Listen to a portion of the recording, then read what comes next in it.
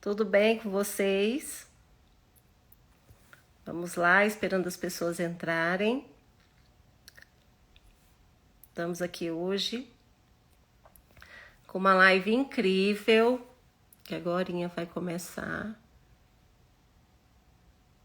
Vamos lá. Convidar as pessoas.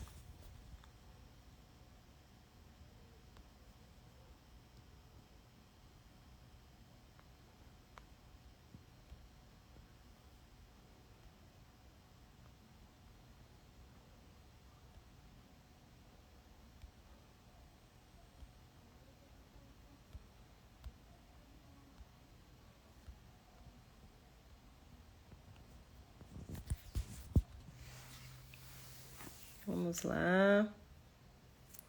Esperando o André também.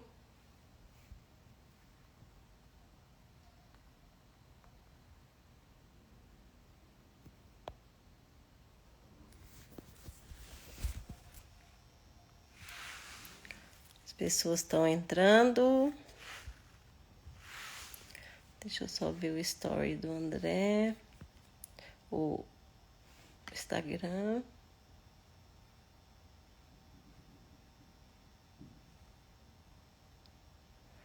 Vamos lá, o pessoal tá entrando. Tô preparando aqui a live. Tô num lugar meio inusitado hoje, porque é aniversário do meu filho. Aí eu tô escondida aqui para não fazer barulho. Vamos lá.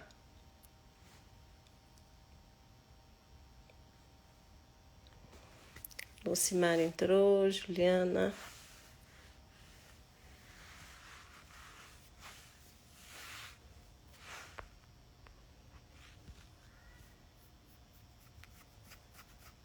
Vamos lá. Jackson, o pessoal tá entrando aí. Vamos mandando esse aviãozinho para as pessoas, que aí a gente... Ah, o André entrou. Dani. Hoje a gente vai ter uma live incrível. Boa noite, Dani. Já avisa seus estudantes aí para entrar nessa live, que eu acho que é fundamental para todos nós que trabalhamos com ciência, com saúde, né? Então, o André é uma pessoa maravilhosa, super recomendado, vocês vão gostar muito dele. Juliana, boa noite. Flavinha. Daqui a pouco eu já chamo o André, vou esperar chegar mais gente. E hoje até tem a participação do professor Forlan, eu não sei se ele vai estar conosco, eu não consegui falar com ele. Eu não estaria presente hoje porque eu ia fazer um procedimento cirúrgico, mas aí tive um problema no convênio, tudo, e foi adiado. Mas não é nada importante, nada grave. Importante é, mas não é grave. Mas aí eu pude estar aqui com vocês. E engraçado que também hoje é aniversário. Engraçado não, né? Bom que hoje também é aniversário do meu filho Miguel. E eu tô aqui. Por isso que eu tô escondida dentro do quarto, porque se eu for lá pro escritório, vai aquela barulheira, vocês não vão conseguir me ouvir. Opa. O Forlan também. Vamos já chamá-los para... Olá, Oi, boa André. noite, tudo bom? Tudo bem? Tudo bem, e Prazer. você? Tudo bem, prazer estar com Prazer é meu. você aqui hoje. Eu estava ansiosa por essa live, ansiosa para conhecer você, porque eu acompanho já seu trabalho pelo Provalfar e tudo, eu acho incrível.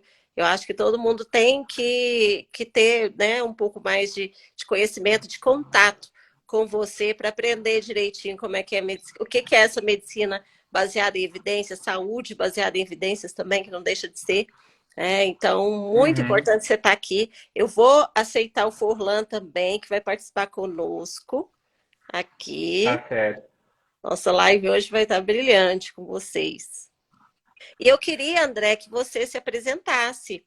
Aí, Forlan, Uhum. tudo bem? Tudo Tudo bom, bem? querido? Boa noite, André.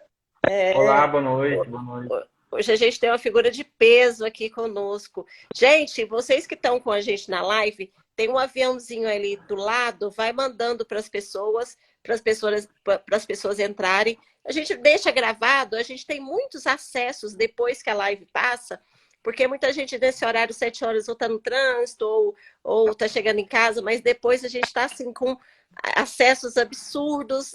O nosso programa, André, eu vou falar para o Forlan, sabe que ele estava conosco, e ele está conosco no programa, e estava no lançamento. Ele tem, acho que 2 semanas, 3 semanas faz agora.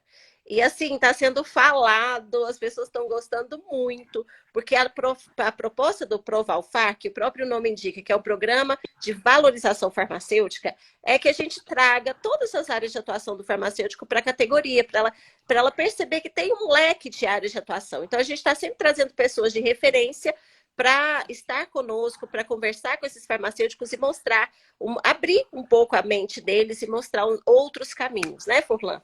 É isso aí. Isso mesmo. E eu quero que você se apresente agora, André, para a gente. Depois o Forlan vai dar uma palavrinha também. E a gente começa com esse assunto muito importante.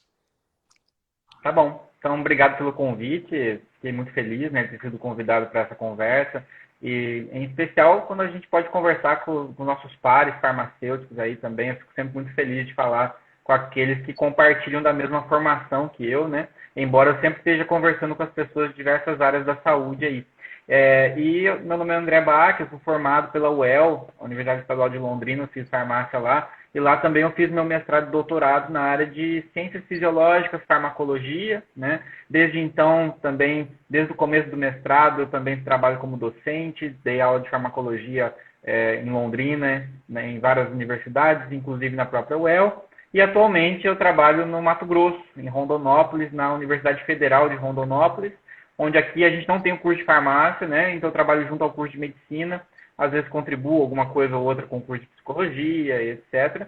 E tem um grupo de estudos aqui de práticas baseadas em evidências e divulgação científica, né? Que são as áreas que eu andei me dedicando mais nos últimos tempos. Então, além da farmacologia, que eu sempre mantive, em especial a psicofarmacologia, que é a minha área de especialidade, eu também fui sentindo a necessidade dessa questão de trabalhar as práticas baseadas em evidências, e coincidiu no momento que a gente está vivendo na pandemia, né, em que isso foi mais requisitado de nós, né, essa questão da avaliação crítica das evidências e tudo mais. Então, é um momento que eu tenho falado bastante sobre esse tipo de assunto, junto com a divulgação científica, que é uma área que sempre fui apaixonado, que é poder falar sobre ciência com a população de modo geral, né? Para que a gente não mantenha a ciência presa dentro da universidade ou os conhecimentos sobre farmácia, por exemplo, restritos ao farmacêutico, mas que a gente possa fazer uma educação em saúde com a população também, para que a própria população também consiga exercer melhor o seu autocuidado, né? Que é muito diferente, por exemplo, de uma automedicação irracional, que é o que a gente vê por aí, né? Então, mais ou menos, é por aí que eu me definiria. Já vou passar para o Forlan. Forlan, você já pode emendar a pergunta aí, se você quiser. Fica à vontade. Tá André, então, mais do que nunca você está tendo trabalho, né? Porque agora, com uma pandemia, né? Então, muita informação, muitas delas sem evidência científica alguma. Então, fundamental o seu papel. Feliz em estar aqui. Obrigado, Gil. Obrigado vocês a esse programa que tem tudo, né, para, vamos dizer, encurtar esse caminho para o farmacêutico, né, Gil? Esse é o objetivo, para que a gente possa realmente mostrar outras áreas de atuação, despertando o interesse dos nossos colegas. E aí, como a Gil falou, dá para ver, é de peso. Eu pensei que ela estava falando de mim, né, porque, né, a gente vai crescendo por nada. Mas ela está falando do seu currículo, viu? Eu pensei que era trocadilho, mas ela está falando do seu currículo, realmente é muito bom, e a gente fica muito feliz em ter, né, essa oportunidade de compartilhar com os nossos colegas a experiência de profissionais tão bem-sucedidos, como é o seu caso. E aí, como o pessoal não veio para me ouvir, veio para ouvir você, né, André? Eu já tenho algumas perguntas, né, Gil? Já vou emendar. Eu gostaria que você já falasse, né, quando a gente fala, já dizer para todos, quando a gente fala em saúde baseada em evidências, a gente vai deixar assim, mas são evidências científicas, né? E aí, como que o farmacêutico que atua, como o farmacêutico atua nessa área? Você pode falar um pouquinho para a gente? Claro, é interessante porque a gente começou a definir bastante essa área, né, de prática baseada em evidência. Talvez quem puxou esse movimento tenha sido a própria medicina, com a medicina baseada em evidência, cunhando esse termo mais próximo aí da década de 90, começo da década de 90, formalizando esse termo, né? E depois foi se expandindo, e hoje a gente vê isso em várias áreas, né? Então você tem a prática psicoterápica baseada em evidência, você tem a fisioterapia baseada em evidência e tudo mais, que forma um conjunto, que é esse que você chamou aí de saúde baseada em evidência. E às vezes dá uma impressão que isso é uma área específica, né? Como se fosse uma área de atuação. Eu acho que eu enfatizo bastante essa área, mas eu não acredito que ela seja uma área de atuação por si só. Eu acho que ela é um pedaço crucial da atuação de qualquer profissional, né? Ou ela deveria ser um pedaço crucial da nossa formação enquanto farmacêutico, né? Então, eu não consigo dissociar a prática profissional em saúde, a prática profissional farmacêutica da evidência científica. Ela deveria nortear as nossas decisões clínicas, né, o tempo todo. Então, embora a gente tenha formalizado esse nome, né, prática baseada em evidência, saúde baseada em evidência, isso foi só uma forma de tentar chamar a atenção do profissional para a evidência científica. Mas houve uma certa segregação, né, como se isso se tivesse se transformado numa área à parte, na qual alguns profissionais podem optar por se especializar. Então, eu vou optar por ser um profissional baseado em evidência.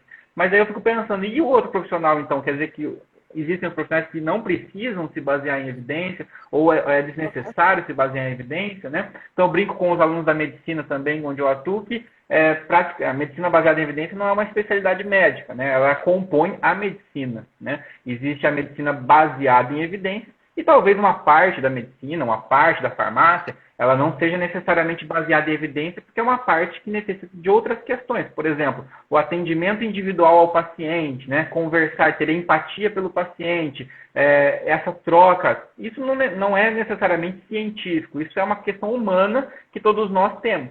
Mas aquilo que a gente vai indicar, a nossa prática profissional, essa sim tem que ser norteada pela evidência, né? Então é mais ou menos isso que eu considero que a atuação do farmacêutico vai de encontro, né? Deveria fazer parte um pouquinho de todos nós, né? Então, como você colocou, não tem uma pós-graduação para eu ser um farmacêutico que vai trabalhar com saúde, com medicina baseada em evidências, tem? Existem especializações, né, ou cursos, talvez, que promovam mais, né, esse enfoque, né, mas que não necessariamente se tornaria uma especialidade da área, né. Tem profissionais aí ofertando cursos muito bons, principalmente cursos livres mesmo na área, né. A gente tem aí o Léo Costa, que é um cara que dá cursos nessa área de prática baseada em evidência muito legal, o professor Luiz Correia, que é um cardiologista, também tem um curso muito bacana. Tem até um livro de um colega também do cardiologista, tem um manual de medicina baseada em evidências, né? Então, assim, a gente tem materiais que orientam, né, cursos que orientam isso, e que você tem como direcionar o seu foco, mas não necessariamente vai ser uma especialidade. Eu acho que o que acontece é que, como é uma área que junta um pouco da bioestatística, junta um pouco da epidemiologia, né? Junta um pouco de tudo isso, mas na tentativa de fazer a transição entre aquilo que é científico, acadêmico, para aplicar isso na prática clínica, é algo que você não encontra muitos materiais ou muitos cursos que são voltados para isso. Então, às vezes você começa a caçar muito em lugares muito diferentes, e hoje em dia tem pessoas já concentrando um pouco mais isso para aquelas pessoas que querem buscar, né, essa formação, esse complemento na sua formação, ou esse aprofundamento, né? Eu acho que eu posso até complementar, Gil, assim, diante da sua fala, eu concordo, né, Gil? A gente concorda. A saúde, né, então, no meio, em diversas das nossas áreas, ele está inserido. E aí, talvez, assim, a gente consiga ajudar até bem mais nossos colegas, André, como esse colega que está lá na ponta, né, atuando nas diversas áreas, ele quer se embasar baseado em evidências. O que ele deve procurar? Que caminho que você sugere para que ele siga? Legal. Então, acho que você falou uma coisa muito importante, né? se basear em evidência é justamente para o colega da ponta, né? Às vezes esse nome prática baseada em evidência dá uma impressão muito acadêmica, né? Como se fosse dentro da universidade ou cientista que fosse se interessar pela evidência científica. E a evidência científica, ela é produzida e ela é compartilhada de cientistas para cientistas, mas principalmente essa evidência científica voltada para a clínica, né, ela é compartilhada para que isso traga mudanças na sociedade, né? Por exemplo, um ensaio clínico sobre uma vacina, a eficácia de uma vacina, ele é feito para que depois essa vacina possa ser registrada, para que você possa aprovar o uso de uma determinada vacina e que ela provoque impactos na sociedade, assim como os ensaios clínicos de medicamentos. Então, saber interpretar isso é algo para o profissional da ponta, né? Então, a prática baseada em evidência ela é voltada justamente ao profissional da ponta para fornecer ferramentas para esse profissional que não é acadêmico, que não é cientista, mas que quer ter um norte, uma bússola para a sua atividade, né? Ao invés de se basear apenas no que ele aprendeu com uma pessoa mais experiente, ao invés de fazer as coisas por imitação, né? Ou seguir um curso, uma cartilha, alguma coisa assim, para que ele entenda o que ele está fazendo e que ele consiga se basear em algo na hora de fazer o seu trabalho. E aí existem vários caminhos para isso, né?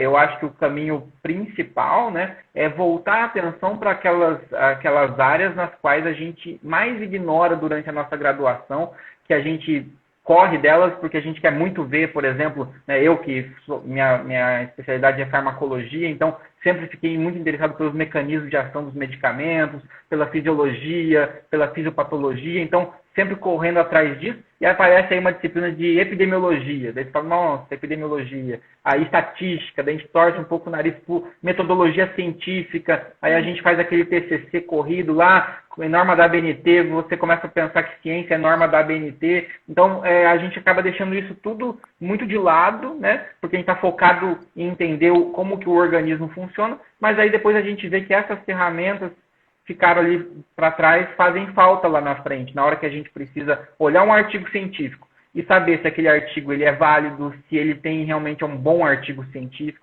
se aquela informação que está ali, ela de fato pode ser aplicada no dia a dia, aí a gente vê que esses conhecimentos fazem falta. E aí, como eu falei, hoje em dia existem vários materiais, né? Tem alguns livros muito interessantes que a gente pode indicar. Um deles foi esse que eu mostrei aqui, mas existem outros. E existem agora esses cursos livres aumentando cada vez mais, né? Sobre práticas baseadas em evidências. Alguns profissionais que estão aí na área há mais tempo que dão uma boa base para começar a trabalhar com isso, né?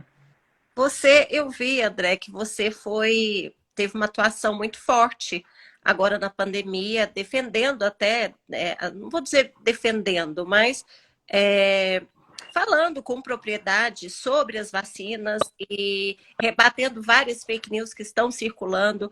E eu vi que, inclusive, na medicina você teve uma atuação muito forte. Como é que se deu isso?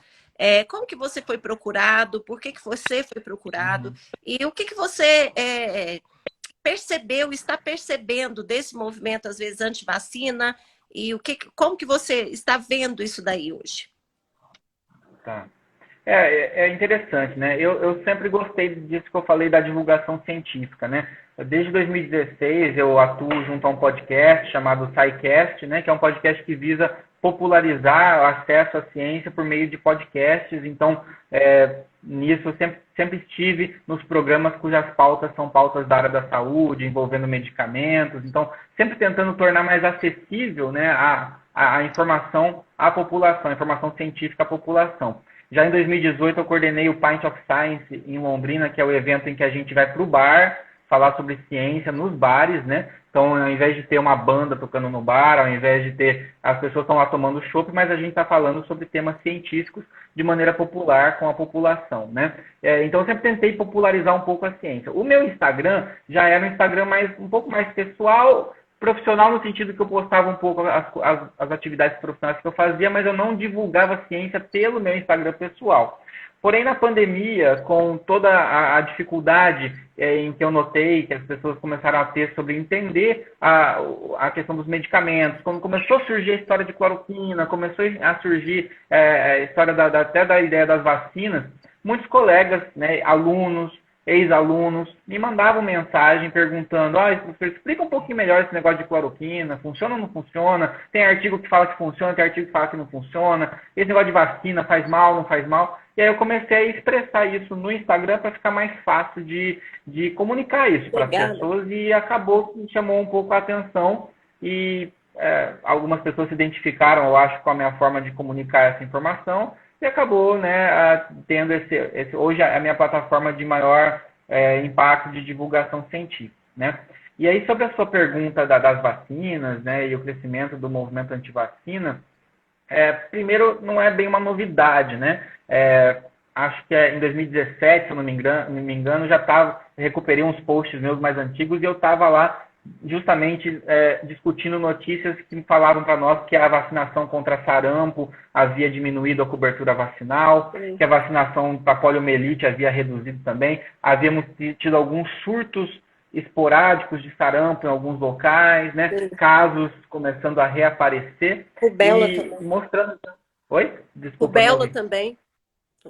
Isso, exatamente. Uhum. E isso acabou despertando uma atenção para isso, porque o Brasil sempre foi um país muito forte em termos de vacinação e exemplo mundial. Acho que esse é um ponto que a gente precisa entender e valorizar a nossa história até aqui, né? O Brasil, ele é exemplo de vacinação, sempre foi.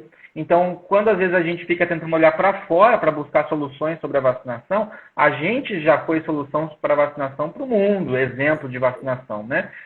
Só que esse movimento antivacina, normalmente ele atua com vacinas mais novas, né? E ele já existe desde que vacina existe, né? Desde que a vacina para a varíola foi criada, teve médicos, profissionais de saúde lutando contra isso naquela época, afirmando os mesmos tipos de coisa que se afirma hoje, só que mudando um pouco os componentes, né? Na época da varíola tinha um médico lá, não tinha WhatsApp, né? Naquela época, estava muito longe de ter, mas ele espalhava as fake news deles com panfletos que ele entregava dizendo assim, não, a varíola não é tão ruim assim, né? Se você pegar a varíola não tem tanto problema, né? Um negócio que era ultra contagioso e que matava aí 30% das pessoas que eram contaminadas, né? Também falava assim, se você se vacinar contra a varíola, você pega sífilis. Se você se vacinar contra a varíola, você pega uma outra doença, né? Então, espalhando o medo em relação a isso. Vão te obrigar a vacinar agora, querem cercear a sua liberdade individual. Então, assim, esses argumentos já existem há muito tempo. Com o passar do tempo, né, teve outros momentos que foram marcantes. Em 98, especialmente, um médico chamado Andrew Wakefield, ele encomendou, basicamente, um estudo muito pequeno que correlacionou vacina com autismo.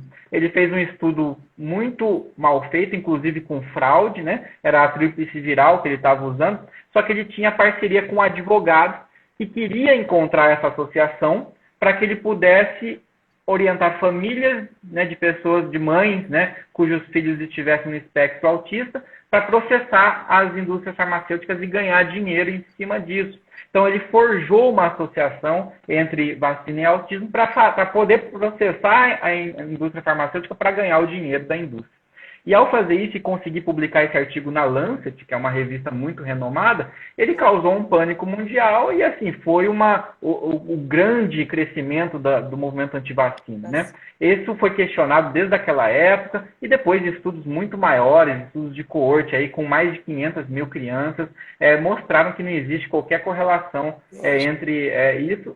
Só que só em 2010 a revista removeu o artigo de lá, e nunca mais você conseguiu desfazer essa imagem, né? E é uma coisa que eu sempre falo, que o grande problema de uma notícia falsa, de uma fake news, é que, ela não tem compromisso com a verdade, então é muito fácil você criar uma fake news, você inventa facilmente. Ela faz um apelo emocional muito forte na pessoa que recebe, e o impacto que ela causa, até quando a gente desfaz, né, até quando a gente desmente a notícia, a gente não desmente muitas vezes o impacto. Né? Eu brinco que é uma brincadeira que eu sempre falo de um acontecimento que uma vez minha mãe me mandou no WhatsApp uma notícia falando assim, cuidado usar celular perto do micro-ondas porque ele pode explodir, né? Então tinha lá toda a notícia do WhatsApp sobre isso, tinha uma foto de uma pessoa queimada e tal, que era uma foto tirada da internet, não tinha nada a ver com essa história.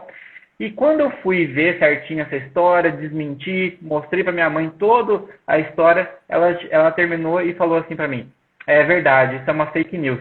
Mas na dúvida, não chega perto do micro-ondas com o celular. Quer dizer, aquilo fica, né? Esse apelo emocional ele fica, mesmo quando a gente desmente. Então, esse é a grande dificuldade que nós temos. E não é diferente agora, né? Com vacinas que são vacinas novas, num mundo altamente globalizado, uma tecnologia que até então não era de conhecimento popular, que é a tecnologia de RNA mensageiro, que apesar de cientificamente ela ser antiga já, mas popularmente ela não era tão conhecida. Tudo isso gera lacunas no conhecimento, onde o negacionismo ele consegue colocar ali, fincar suas raízes, né? Eu lembrei aqui, o que eu ia falar, André, você comentando, né, dos problemas no início vamos dizer assim, da vacinação moderna, né, com Edward Jenner, e aí tem uma gravura clássica, né, que é da Guerra das Vacinas, em que as pessoas se transformavam em bovino, né? Então era uma das coisas, se você vai usar vacina que vem da vaca, por isso o nome vacina, né, você vai se transformar em bovino. Hoje tem outros bichos, né? Alguns falam que transformam em outras coisas, mas é muito bacana lembrar isso, né? Esse movimento ele não existe só no Brasil, né? Então nós vimos na própria Nova Zelândia um grupo de pessoas que estavam, né, com esse movimento anti-vacina, mas é nosso dever, enquanto farmacêutico, né, enquanto profissionais de saúde, orientar os nossos colegas para que essa informação chegue à população.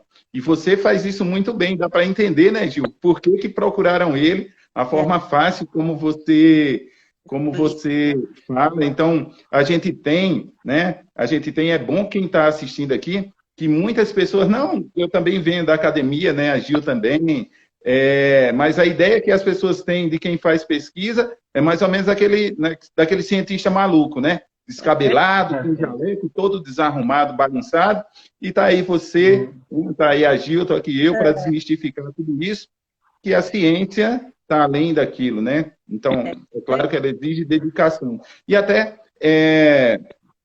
como você está na pesquisa, né, e pensar em pesquisa sem evidência, a gente não consegue fazer, né? Então, talvez você pudesse dizer para a gente qual o caminho para os nossos colegas aí que estão nos assistindo para ingressar na pesquisa, né? A pesquisa, a gente sabe das limitações, inclusive no Brasil. Eu vou fazer, na verdade, então, duas perguntas. Quais os caminhos, né?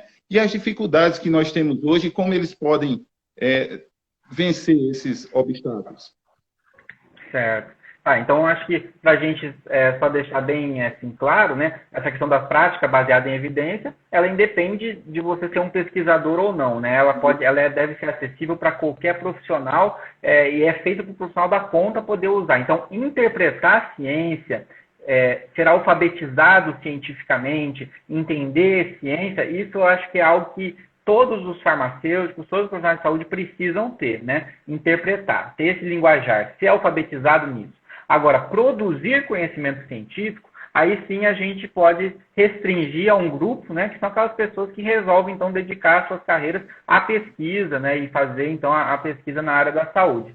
Para essas pessoas, eu acho que o caminho, né, no Brasil mais convencional é a gente seguir, então, a área acadêmica, né, terminando a sua graduação, ou melhor, desde a sua graduação, talvez, se possível, né, já buscar esse interesse pela pesquisa. Não é assim, uma coisa de vida ou morte, né? Se você não fizer pesquisa durante a graduação, você não consegue mais entrar. Eu mesmo não fiz iniciação científica na graduação, não era uma área que inicialmente eu iria seguir, né? Eu decidi ir para essa área depois, quando eu já estava no final do curso, quando eu decidi ir para o mestrado, né? Mas aí a sequência de a gente poder ir para o mestrado, ir para um doutorado, né, que vai realmente te formar como pesquisador, que é um pouco diferente assim de ser um cientista. Às vezes a gente coloca como a mesma coisa, mas uma coisa que o professor Luiz Corrêa ele coloca muito bem, o pesquisador, ele todo cientista é pesquisador, mas nem todo pesquisador é cientista, né? Porque o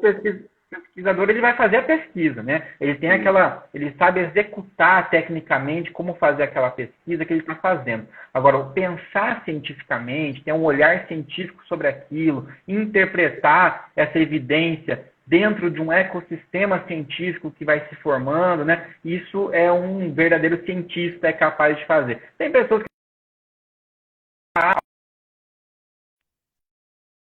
aos trancos chegando na pesquisa, e aí essa pessoa vai lá, foca na sua pesquisa, termina, publica seu artigo e pronto.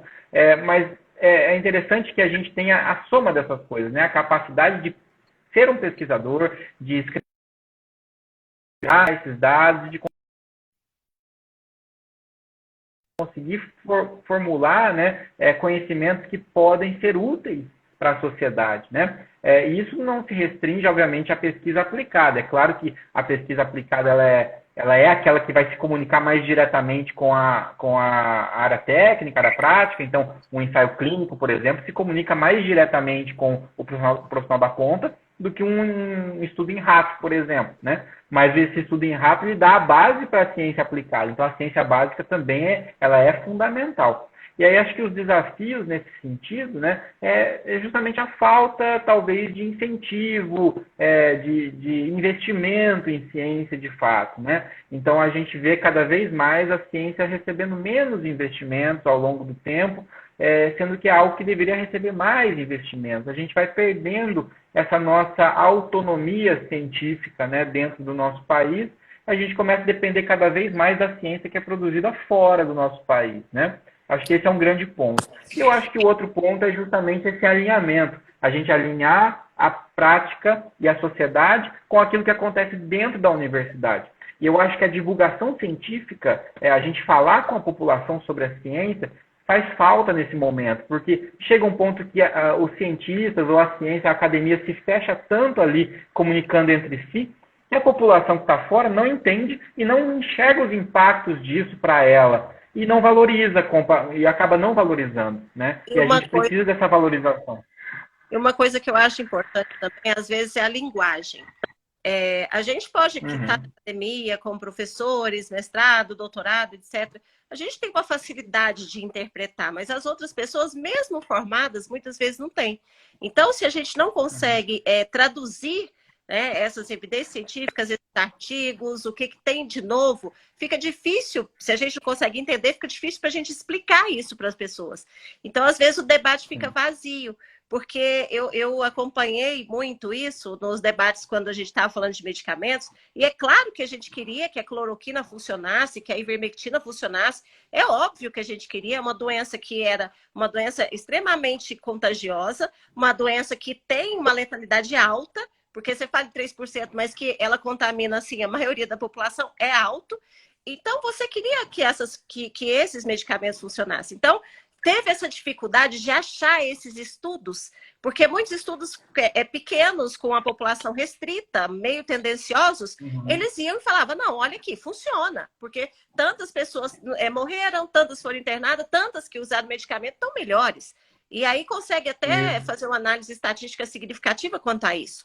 Mas, aí depois, quando você vê, e isso que é importante, eu queria até que você colocasse aqui, onde que a gente pode buscar fontes que sejam confiáveis? Onde a gente pode buscar os estudos e como fazer assim? Eu sei que é muito difícil você abordar isso agora, mas minimamente, onde que a gente busca essas fontes confiáveis e como que a gente faz para analisar um estudo, se realmente esse estudo tem um impacto, que ele realmente traduz o que é verdade? Muito bom. Eu acho que aí a gente retorna... pode falar. Só complementar a pergunta da Gil, né? Porque veja aqui na sua própria fala, você vê revistas importantes como a The Lancet acabam publicando artigos que às vezes entram para o pessoal que você incrementasse a sua resposta, justamente como a Gil falou, né? Que não é porque saiu, né, na revista tal que é uma verdade absoluta, né? Eu acho que esses pontos são muito importantes. Eles revelam para a gente que existe um grande perigo em a gente confiar em algo apenas pela sua autoridade, né? É lógico que a autoridade ela é importante, né? A gente ouvir, por exemplo, uma informação sobre medicamentos vindo de um farmacêutico é mais confiável do que ouvir uma informação sobre medicamentos vindo de um engenheiro, por exemplo. Da mesma forma que é melhor confiar no engenheiro na hora de construir a casa do que pedir para um farmacêutico a opinião de como construir a casa. Então, esse argumento de autoridade ele é importante, né? Assim como as revistas. Uma revista boa tem maior probabilidade, né, de ter uma informação de qualidade ali dentro, mas não garante por si só, né? Então, quando a gente confia cegamente em algo apenas pela sua origem, a gente deixa de analisar criticamente aquele conteúdo e a gente passa só a confiar no que vem de determinado local ou de determinada pessoa. E aí a gente começa a confiar muito mais em pessoas ou em revistas, ou em qualquer coisa assim, do que, de fato, analisar o dado ou analisar essa informação para ver se essa informação ela é, de fato, importante, interessante, se ela pode, de fato, ser colocada em prática. Então, a gente precisa de um exercício de análise crítica, de leitura crítica, de fato, de evidência científica, né? E uma coisa que a gente não está habituado a fazer é ler artigo científico da maneira correta, porque a gente acaba lendo artigo científico do jeito que a gente lê um livro de história na cabeceira da cama. Então, quando a gente está lendo um livro de história, o que a gente quer? Um livro de historinha, né? Uma ficção, por exemplo, um romance. Você está lendo lá o seu romance, o que você quer é ser transportado para aquele mundo e ter um tempinho de entretenimento ali, e você quer ficar imerso naquela literatura, você quer que aquela história te conduza para que você fique preso naquilo. Quando a gente assiste uma série de TV, um filme, é assim. Mas quando a gente lê um artigo científico desse jeito, a gente tem que tomar cuidado, porque se a gente for conduzido pela historinha que o artigo está contando, a gente vai acabar concluindo exatamente aquilo que o autor concluiu. E a gente não pode fazer isso, a gente tem que dialogar com esse autor, a gente tem que questionar esse autor. Então, uma coisa que a gente precisa fazer, inicialmente, é cuidado com a introdução e cuidado com a discussão dos artigos científicos. Porque na introdução, a pessoa vai te convencer que aquele estudo é importante. Ele vai contar uma historinha muito agradável. E na discussão, ele vai colocar o olhar dele sobre os dados que ele obteve. Isso é a parte mais enviesada, é a parte que tem mais o olhar do autor. O que eu recomendo é que a gente veja a metodologia desse artigo, que a gente veja os resultados desse artigo e tire as nossas próprias conclusões sobre aqueles dados.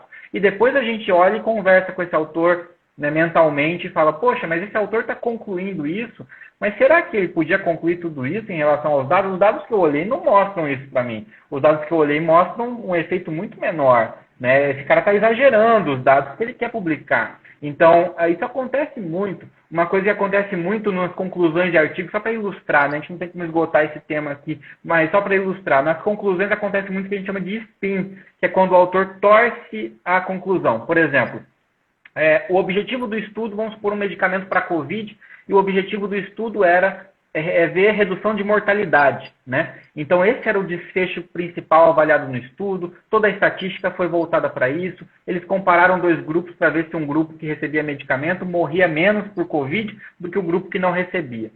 E aí chegou na conclusão, não alterou a mortalidade. Quem tomou o medicamento morreu tanto como quem não tomou.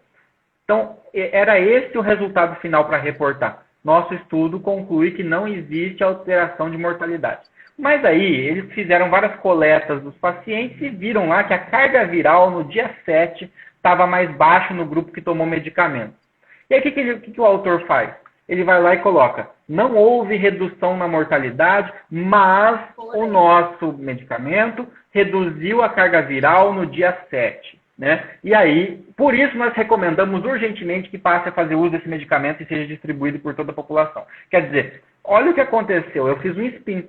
Clinicamente não fez diferença nenhuma. Os pacientes estão morrendo nos dois grupos, estão sendo internados nos dois grupos, mas por causa de um parâmetro, que é substituto, né? Que é uma carga viral que pode flutuar de várias formas, que pode ter sido um achado aleatório, a gente tem sempre assumindo um possível erro ali, né? Então, a gente acaba concluindo coisas a partir disso. Então, são pequenos detalhes que a gente vai ficando calejado quando a gente vê o que o autor está querendo digamos assim, exagerar um dado, ou às vezes até mentir usando dados reais. A gente pode mentir usando dados reais se a gente distorcer esses dados. Tem outro livrinho que estava aqui em cima da minha estante, está aqui, ó. É isso aqui, ó, Como Mentir com Estatística, né? Então, quer dizer, é possível mentir usando dados reais se a gente apresentar esses dados de uma outra forma, né? Então, esse é um outro livro que eu recomendo bastante para exercitar esse pensamento. Depois eu quero até falar para as pessoas já te seguirem, você vai deixar seu Instagram aí, acho que é andré.bac, né? E aí você dá essas dicas aí. Bac.andré, e você dá essas dicas para todos nós. Mas só para concluir o que você está falando, eu vou passar para a Fórmula fazer uma pergunta. A gente teve muito isso, assim, numa das discussões que eu participei, porque a gente, às vezes, não pode também se furtar, mesmo que a pessoa tenha a mente totalmente engessada, de discutir, de mostrar o nosso ponto de vista, de mostrar alguns estudos relevantes. Então, às vezes, eu faço esse exercício. Quando eu vejo que não tem mais jeito, eu deixo para lá, porque tá ficando, às vezes, fica muito complicado.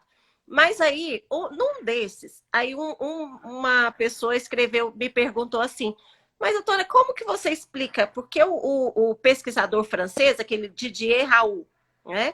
Ele tem Aham. um score, eu não sei nem como é que chama aquilo, que É o índice H, né?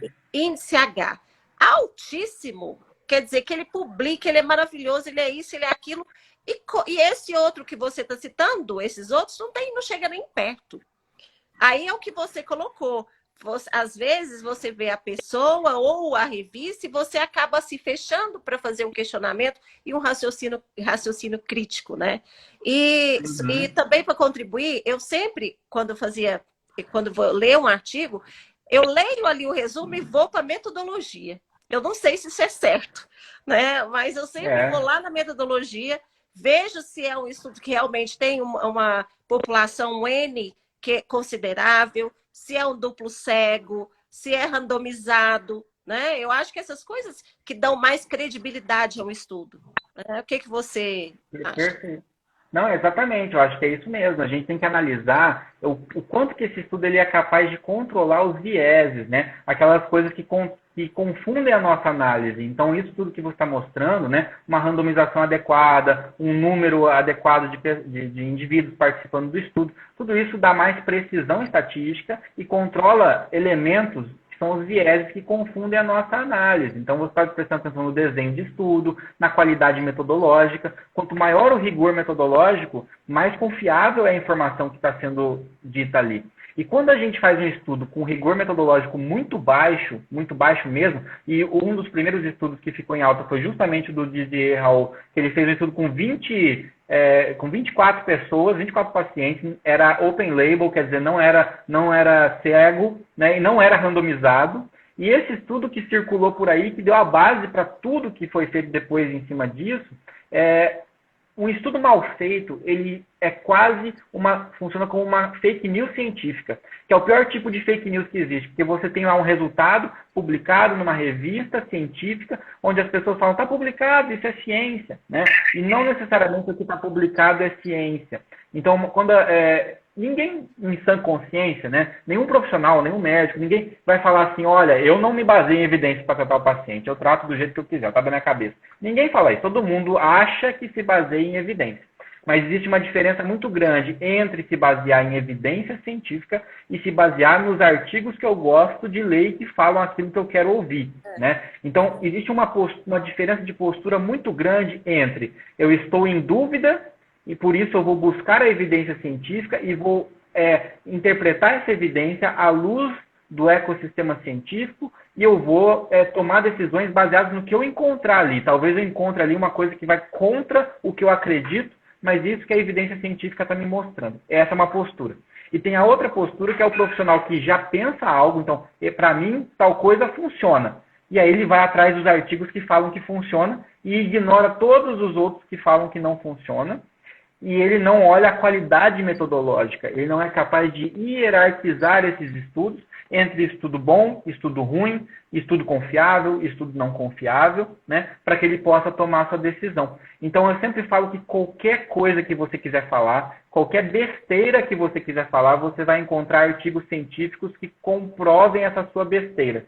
Porque você tem artigos que falam tudo, né? Então, não é que os cientistas estão em dúvida, a comunidade científica está dividida. Não, não está. Só se for dividida entre artigos bem conduzidos e mal conduzidos. A gente tem que olhar os artigos bem conduzidos e ver esses resultados, né? Perfeito. E onde que a gente encontra esses artigos? Qual a base de dados mais relevante que a Juliana está perguntando aí? Tá, base de dados, de novo, a gente tem que tomar cuidado para não achar que a base de dados é o que gera confiança, né? Se eu for dizer uma base de dados que eu acho que você pode ter uma confiança um pouco maior nela para meta-análises e revisões sistemáticas, eu diria que é a Cochrane Reviews, né? Então, a Cochrane, né, o banco de dados da Cochrane, que é uma iniciativa que faz revisões sistemáticas, eles são o padrão ouro de revisão sistemática no mundo, né? Eles que estabeleceram essa forma de fazer revisão sistemática. Então, a Cochrane, eu acho que é, de fato, um local bem confiável, embora a gente não possa simplesmente ignorar a criticidade. Agora, os outros locais de buscar, a gente vai buscar artigos em muitas outras bases de dados, né? O PubMed talvez seja mais famoso, mas eu tenho visto muito esse argumento na internet, né? O cara fala, mas olha só, esse artigo fala que tal coisa acontece e foi publicado no PubMed. PubMed não é revista, né? PubMed é uma busca, é um Google de artigo científico, né? De artigo científico indexado. Então, não tem como fugir. A gente não tem como pegar assim, essa base de dados vai me dar garantia de que eu vou estar no caminho de uma evidência científica boa. Eu tenho que estudar realmente como interpretar a evidência. É trabalhoso. Vai ser trabalhoso, né? Eu tenho uma sugestão aqui para quem quiser entrar em contato. Tem um rapaz que é novo, mas muito, assim, muito bom no que faz, né? É o Igor Eckert, é o nome dele. Ele lançou um e-book que chama Como Avaliar a Evidência, 2 e-books, Como Buscar Evidência Científica e Como Avaliar a Evidência Científica. Eu acho que ele é um bom ponto de partida para as pessoas que têm interesse, é um material em português de alguém que está muito focado nisso, vale muito a pena. Depois eu posso passar a indicação também para vocês. O Instagram dele, vou ver se eu consigo digitar aqui e eu coloco no chat, tá? Aqui, ó. Beleza.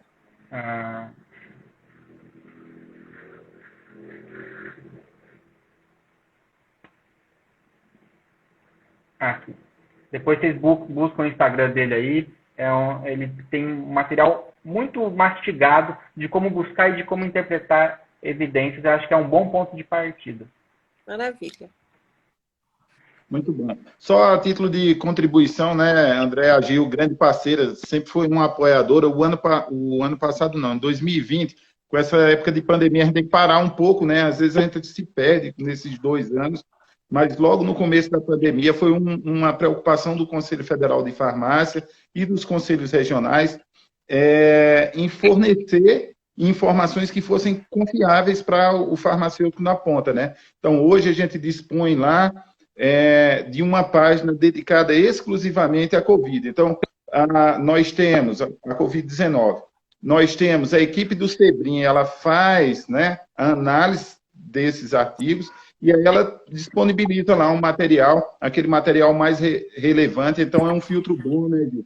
A nossa página do Conselho Federal, porque tem a equipe do Sebrim que faz, né, essa análise prévia para poder disponibilizar o melhor para os profissionais, né? Houve uma preocupação muito grande nossa em como o farmacêutico na ponta ia tratar, ia receber esse paciente, né? Uma doença nova, né, que pouco se sabia à época, né? Então, no começo ali de 2020. Então, essa foi uma das ações que nós fizemos. Então, só complementando, se o assunto for Covid-19, a gente tem uma base de dados bem bacana lá, né? E aí, André, eu vou fazer uma outra pergunta que você pode ajudar aos nossos colegas. A gente sabe que muitos, né, aqui no Brasil, isso não é coisa só da farmácia, a gente não tem domínio da língua inglesa, né? Alguns poucos têm e outros não.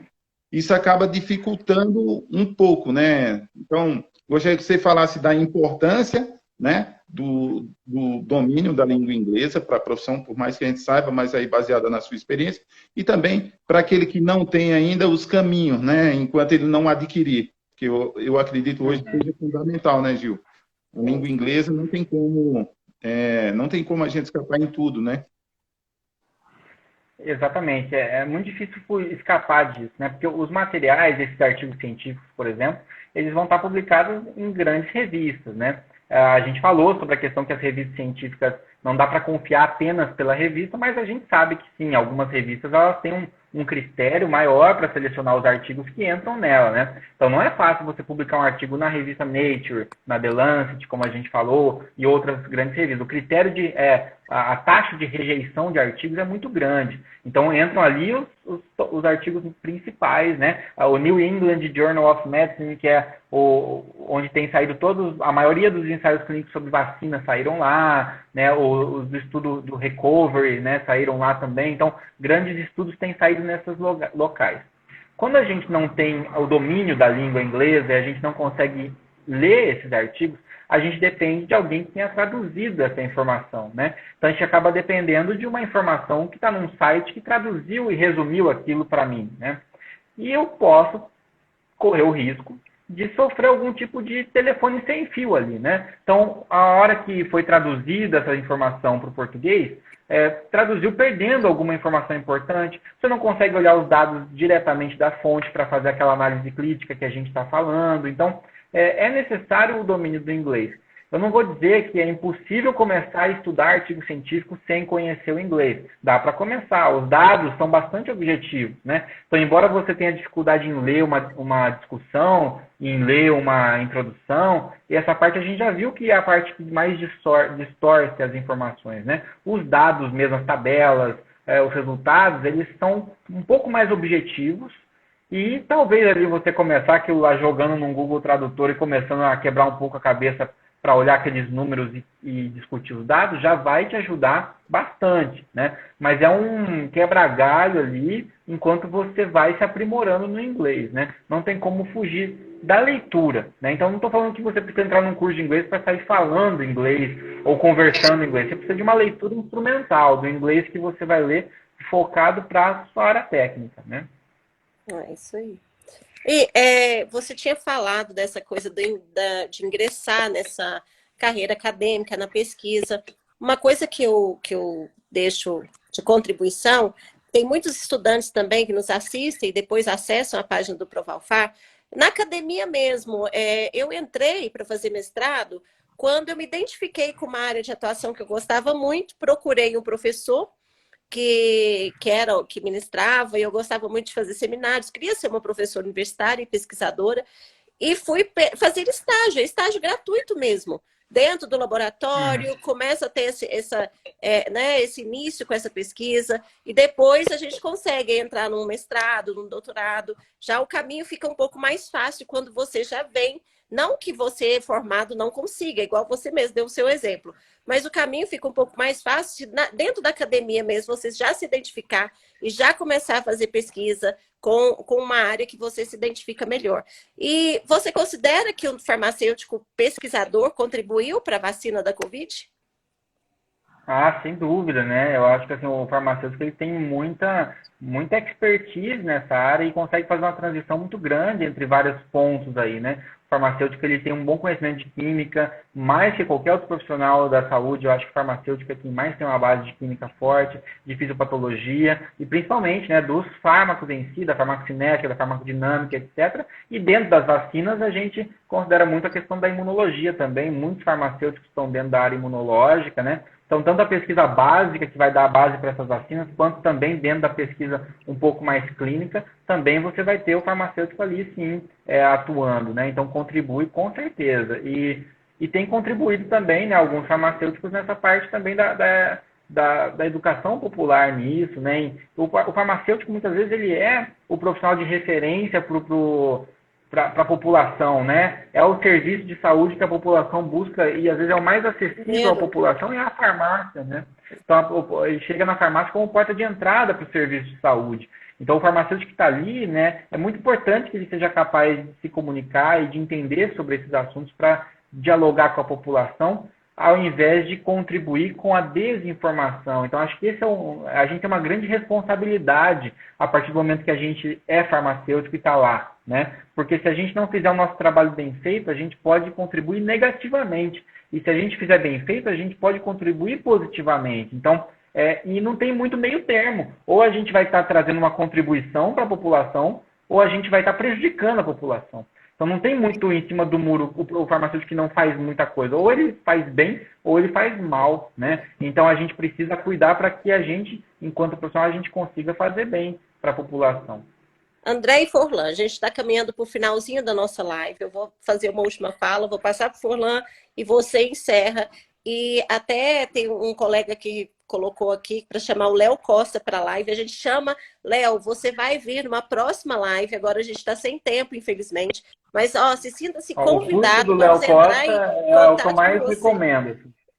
Pois Eu é. acho que se você, o curso dele de prática baseada em evidência, se eu não me engano, é para profissionais de saúde, mas ele também está fazendo até, acho que para a população leiga Olha que também, então é muito maravilha. importante. Então já vou ficar o convite aqui para o Léo, para ele participar com a gente. E queria muito te agradecer, André, por passar esse tempo conosco, mostrar também a área de pesquisa científica para o farmacêutico, tá? Não tem eu vou ser um farmacêutico baseado em evidências. Não, tem várias áreas onde você pode ser um pesquisador e fazer essa medicina, que eu gosto mais até de chamar de saúde, baseada em evidência, que eu acho que é um Com campo certeza. que é mais amplo, né? Que engloba tudo, Uhum. eu acho. E queria que você, depois, as pessoas te seguissem e que você deixasse toda essa literatura que você comentou, esses sites que você acha que são mais adequados, e pedir para os nossos colegas sempre, gente, primar pela ciência. Eu acho que a gente vive num obscurantismo tão grande e nós podemos ser uma luz para essas pessoas que estão passando por esse momento tão difícil que é essa pandemia, né?